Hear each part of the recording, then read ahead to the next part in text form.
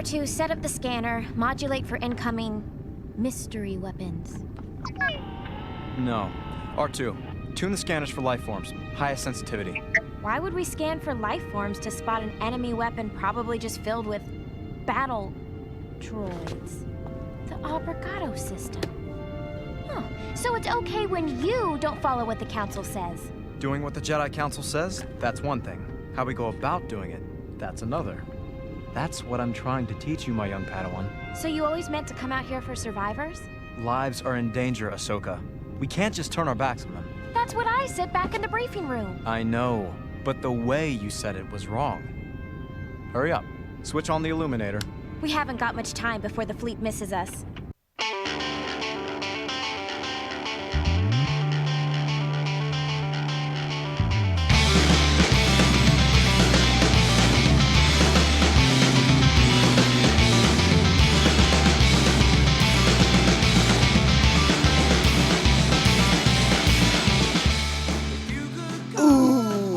Greetings, Bucketheads! Mayvar Tigar. Welcome to the 27th Order-Defying episode of Mando Vision. Nargai Tom. And thank you so much for checking out this small, independent Star Wars podcast. Remember, the best way to reach out to us is via social media. We are at Mando_Vision on Twitter and Instagram. Be sure to like, subscribe, and share this podcast with all the other Mandos in your covert. We are on Apple Podcasts, Spotify, Stitcher, iHeartRadio, Google Play, and any other platform that people could want and desire. And if there's one out there that we are not on, let me know, and I will make sure that we get on there now. So threatening. If you're on Apple Podcasts, please make sure you're sending out those sweet 5-star reviews. They are the Jedi holocron that we need to spread the word about this great podcast that we're doing over here. So 5-star reviews are much appreciated. Thank you so much in advance. Remember, we are part of the 3BZ network of podcasts. You can head over to 3BZ.com. You'll find a link to all the podcasts of the 3BZ network, such as Beer Night in San Diego, the Tomcast podcast hosted by yours truly, and this fine Star Wars podcast known as Mandovision. We also have a store envy page if anyone's looking for sweet merch. All right. Let's get into this episode. We're here, Season 1, Episode 2, Rising Malevolence, directed by Dave Filoni and written by Steven Melching. Let's strap on our buckets and get into this. Let's hear a little sound clip to lead the way.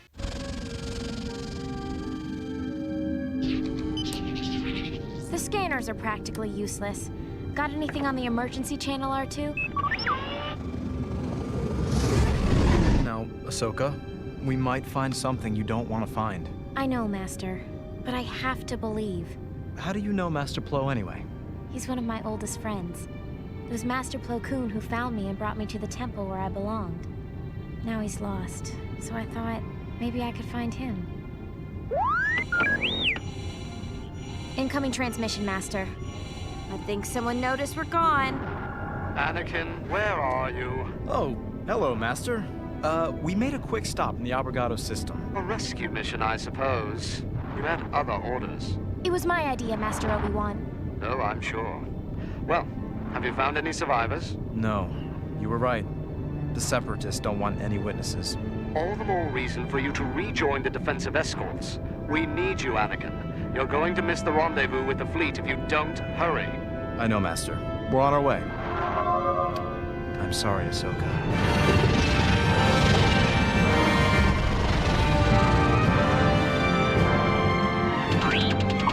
What is it, R2?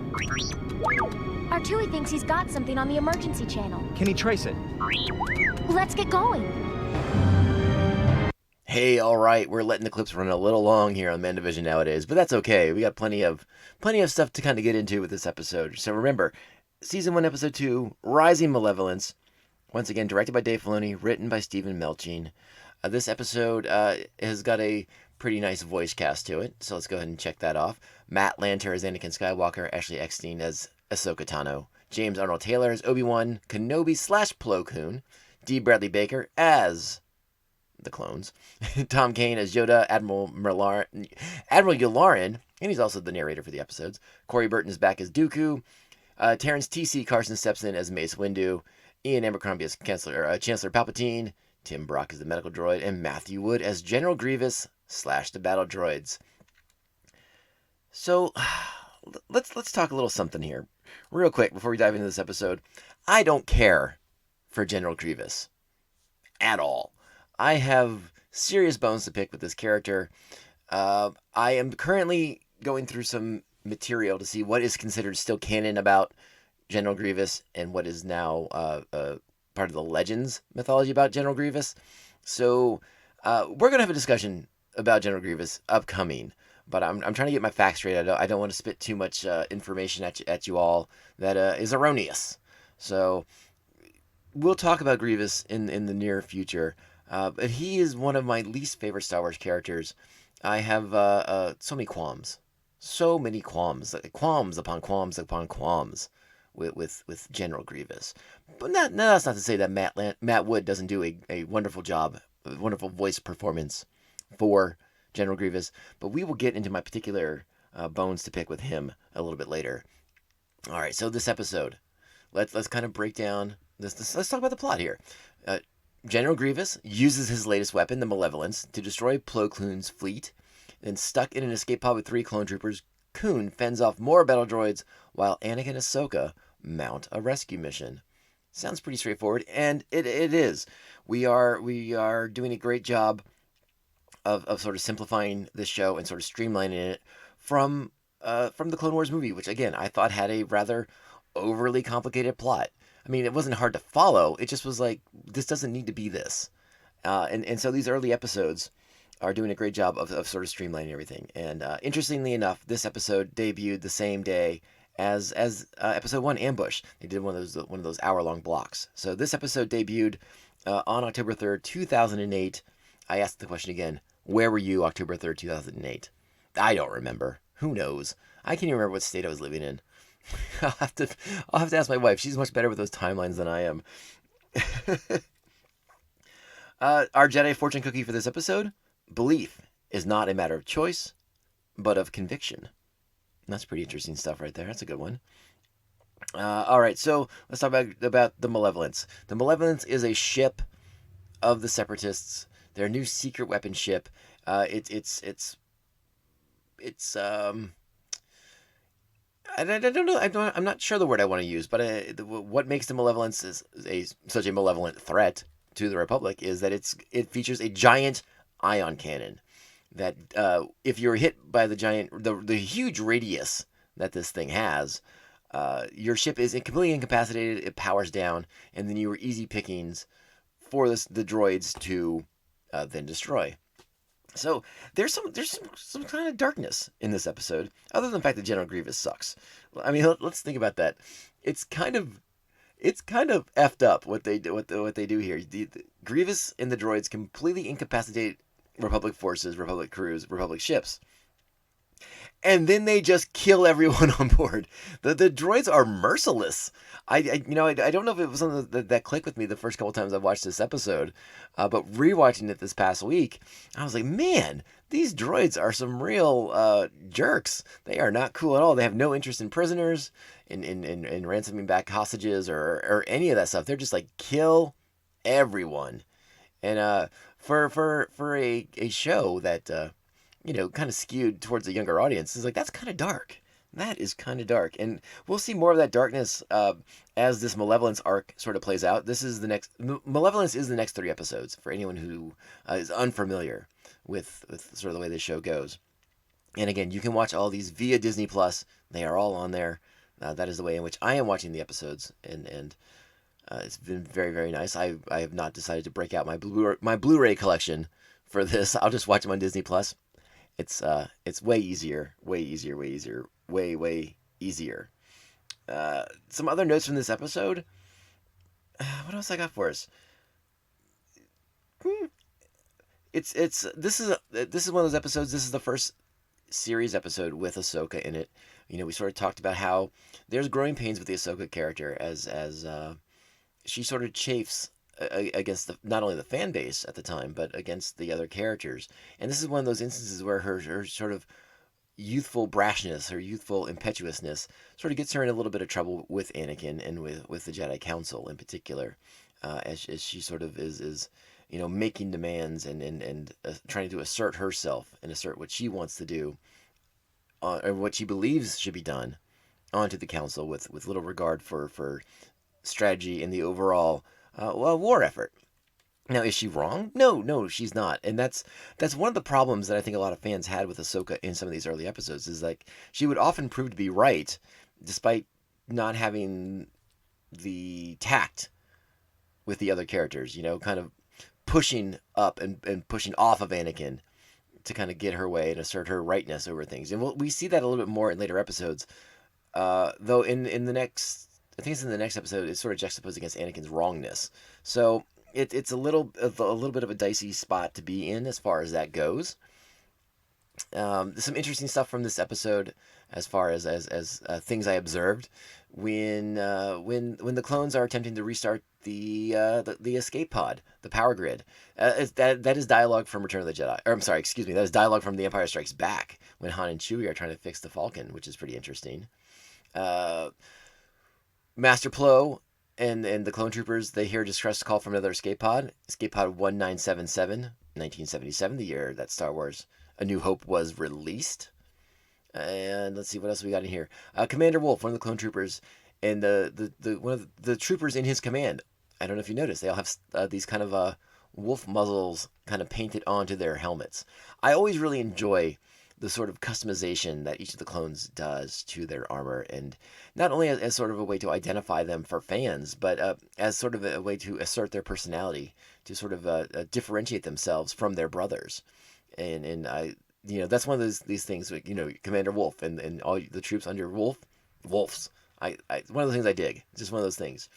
You would have to be blind not to notice that when the Malevolence fires its ion cannon, and you see the energy beams directing towards that point, that's a shot right out of the Death Star firing in A New Hope. I think you'll notice that. I mean, even the battle droids kind of turn away from the light beam as those Imperial officers or Imperial technicians did in Star Wars A New Hope.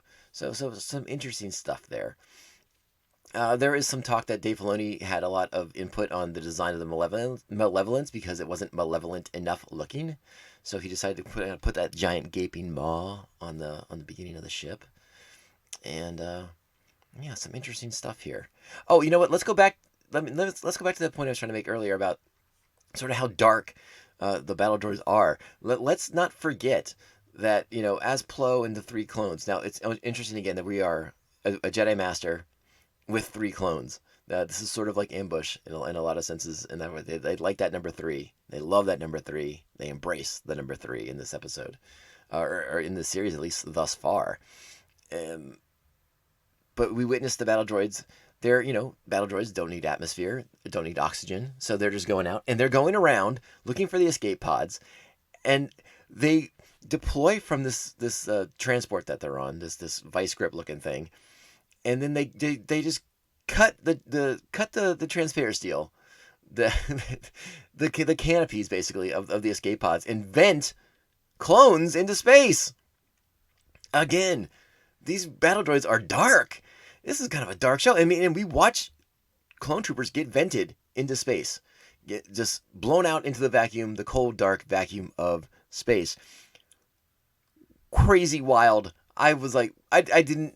Again, I if that was something I recollected watching the show the first time around, it's something I completely forgot about, and I was blown away when I saw it this time. I was like, whoa! I don't remember the battle droids being so merciless. My recollection of the droid army on this show in particular was like you had like the level 1 battle droids, the ones we saw mostly in the Phantom Menace, the ones that they're deployed on Naboo, and they're sort of used in this early season. My recollection was that they were sort of used as like comic relief, and they definitely were in the Clone Wars movie, and they still are silly and goofy. You see a little bit of that in episode 1 in Ambush. But in this episode, I mean, they're kind of like, again, viciousness that is just, no mercy for the meat sacks, right? If you are a sack of meat, you get no mercy. You get vented into space. Pretty harsh by those battle droids. There's a couple of weird things in this episode. I guess we can call them gaffes. I noticed at one point, just when I'm trying to think the exact moment it was. On the escape pod, Placoon, they monitor a communication, and Plo states that the signal is weak. They must be close by. So that seems counterintuitive, right? Because it would be a strong signal, would be indicating that they're close by. So a little gaffe there. And then another moment is when the battle droids on that transporter come in to vent them into space. And so Plo makes the decision that he's going to go outside and fight those battle droids. And he says this line, which I thought was one of those things. Like the first time I heard it, I was like, "What?" And I had to back it up. He says, in response to being asked where he's going, he says, "Outside to destroy the enemy. I can withstand the pressure for a brief time." That would be great if they were like in a crevasse down below the ocean, in the Marianas Trench or something like that. But there is no pressure, at least to the best of my knowledge, in space. It's just emptiness, void, vacuum, that whole thing. So that seems to be a bit of a false statement from Jedi Master Placoon that he's going to get crushed in the vacuum of space. What are you going to do? Hey, they had some bugs to work out in these early episodes. Yeah. What do y'all think of Jedi Master Placoon? This is one of our first really big forays to get to know him a little bit better. If you remember the PlayStation 2 game, Jedi Starfighter, you get to spend a little bit of time with Master Coon. And he's an interesting guy. And I don't know what else to say about him because we get to spend more time with Plo down the road. So we will spend more time with him. I thought it was important to include his sort of history with Ahsoka because it's one of the moments in the show that I really liked in these early episodes where, as a fan, I was initially brushing up against Ahsoka. I was not enamored with the character initially. Like for every, there was potential there, but like so many things would brush up against me and push me back away from her that I didn't want, and that was one of those things that that I thought helped kind of connect her to something because when I was a young person, the prequels came out when I was in my early 20s, late teens, early 20s, and I loved seeing New Jedi. I thought it was so exciting and so fun because it was such the opposite of what we had in the original trilogy, where it was just Luke trying to rediscover the ways of the Force. And you hear the stories about the Jedi and how for 1,000 generations they were the guardians of peace and justice in the Old Republic. So seeing all these, being introduced to all these new species was so much fun and so interesting and so exciting. And Plo Koon has one of those just wonderful visual appearances that's so nice to see, so different and interesting. And there was some talk that initially Dave Filoni wanted to have Plo Koon speak in his native Kaldorian. But because this is a rather intense language episode, they decided not to do that because it was going to be a lot of ADR work and stuff like that. So the only bit of his Kaldarian that makes it into the episode is his greeting, the Kotoya that he says to Ahsoka. I think he says it to R2-D2 later on in the episode as well. So Plo Koon is an interesting Jedi. We see his demise in Attack of the Clones, so we know he's not one of the Jedi who made it out of the Purge, out of Order 66. I believe he's in a starfighter that is destroyed by clones. So yeah, his spacefaring abilities as a pilot are to be well known. And again, if you still have your PlayStation 2 and you have a chance to find Jedi Starfighter on eBay or whatever, pretty fun game. We get to see a little bit of Plo's piloting skills in the next episode, but we're not there yet. We are not there yet. So that's kind of like the basics of this episode. Plo is looking for the secret weapon. Turns out to be the ship, the Malevolence, with the ion cannon. His fleet is destroyed by the battle droids. They are hiding out in the escape pods. Anakin is in a different system, but they are nearby. They hear the distress call. Anakin has orders to stay with his fleet. They're going to rendezvous. They got this big Outer Rim battle coming up. But Anakin and Ahsoka decide they're going to go on a rescue mission because lives are at stake, like Anakin says. We played the clip. And again, it's I did like the back and forth. I don't like Ahsoka's accusatory tone towards Anakin. Didn't care for that. But I like the way that Anakin sort of shares with her, like, how you interpret the orders of the Jedi Council, you know, and how you do what they say, but you do it maybe not the way that they want you to do it. So it's interesting. I you know, Anakin plays fast and loose with the rules. We know that about the character. He's trying to do the right thing. He's trying to obey the council, but he's trying to save lives at the same time. I think that's noble. I think that's respectable. And he points out that to Ahsoka that you don't just go into the Jedi Council and demand things and make statements of what you're gonna do. You kind of have to measure and act maybe outside the bounds of the strict adherence of those orders, but you're Anakin Skywalker. You're gonna kind of do things. Obi-Wan seems to accept this about his former Padawan. And he sort of chastises him to a certain extent about it as well. So that, again, we know this about Anakin, but Anakin's in himself into trouble pretty soon too. I don't want to go too far down the road, but in the next episode we start seeing the headstrongness of Anakin Skywalker and how it's going to get him into a little bit of trouble down the road. But Ahsoka and Anakin are able to mount the rescue. They are able to get Plo and the clones, and they are able, through the crafty flying of Anakin Skywalker and some assistance from R2-D2 and everyone else, though the medical droid almost blows the whole thing because they forgot to turn him off. That's you know what, before I wrap it up, I should say I thought that was a really neat scene when they have to power down the ship to avoid the sensors as the Malevolence is sweeping for survivors. I thought that was really good because then they had to remember to shut down R2, but they totally forgot about the medical droid who was attending to the droids in the back, or attending to the clones in the back of the ship.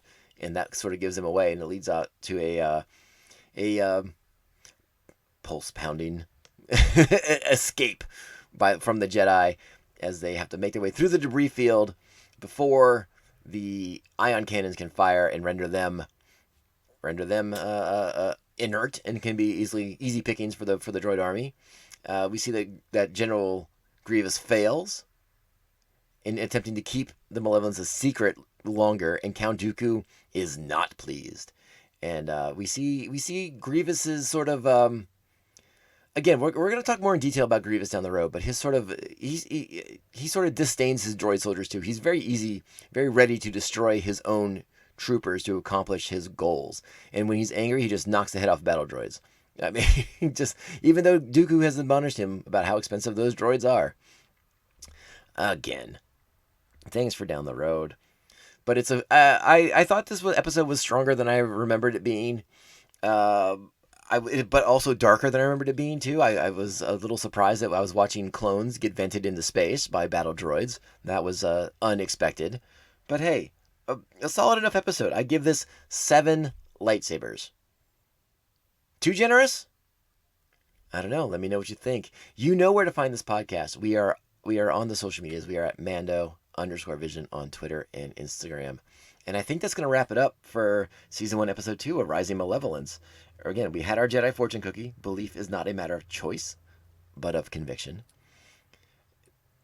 Not the most... It was fine. You know, Plo's belief that people are going to come and get him, and Ahsoka and Anakin's belief in doing the right thing. Yeah, it works. It works. I'm not gonna knock it. Don't worry about that. What else do I got for y'all? Okay, listen. So, side note, away from this episode now. Again, 7 lightsabers out of 10. Not too bad. I thought Rising Malevolence was stronger than I remembered it being. So pretty good stuff. Pretty good stuff. There has been a little bit of news about Star Wars and its future in video games. You know, Lucasfilm Games is back, and they are going to start doing their own video games again. They still have 2 years left with their exclusive deal with EA, but that's okay. But they're already planning. They've already announced an Indiana Jones game coming, and it's only going to be a matter of time before they start announcing new Star Wars video games as well. And it's already been hinted at that there will be a massive open world Star Wars game coming soon, because they're teaming up with Ubisoft, the creators of Assassin's Creed, which is one of my favorite video game series. Now, that's all I'm going to say about that necessarily, because we're going to have there's going to be a big discussion about this news on the Tomcast Podcast. So I'm going to direct you over to the Tomcast Podcast for a more in-depth conversation that I'm going to have with my video game expert, Roger Smith.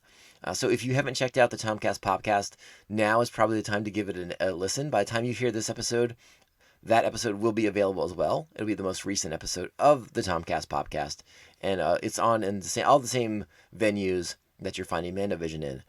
But exciting news for video game players and for gamers everywhere, as Lucasfilm's Games is back and will start to control their own destiny, and we're going to get a big open world kind of game. I don't know. I'm not sure if they're thinking, along the lines of like Destiny or any of those games where you just log in and you're part of like this giant community already, or if we're just talking about like a big open world experience like the way like Elder Scrolls, like the Assassin's Creed games have become. I don't know, but it's very exciting stuff, and I can't wait to talk to my friend Roger about it. Again, Roger is a video game enthusiast of the highest level. So head over to the Tomcast podcast and check that out if you have the time or the inclination. And don't worry, we'll as announcements come out from Lucasfilm's games, they will be covered by Mandovision too. I just wanted to direct you to the conversation. I can sit here and pontificate about my love of Star Wars video games, but you may want to hear a discussion about it. So it's going to be a good time. Check that out if you get the time. Otherwise, Ahsoka knows, Anakin knows, Placoon knows. This is the way. See you next week. This is the way. This is the way. This is the way.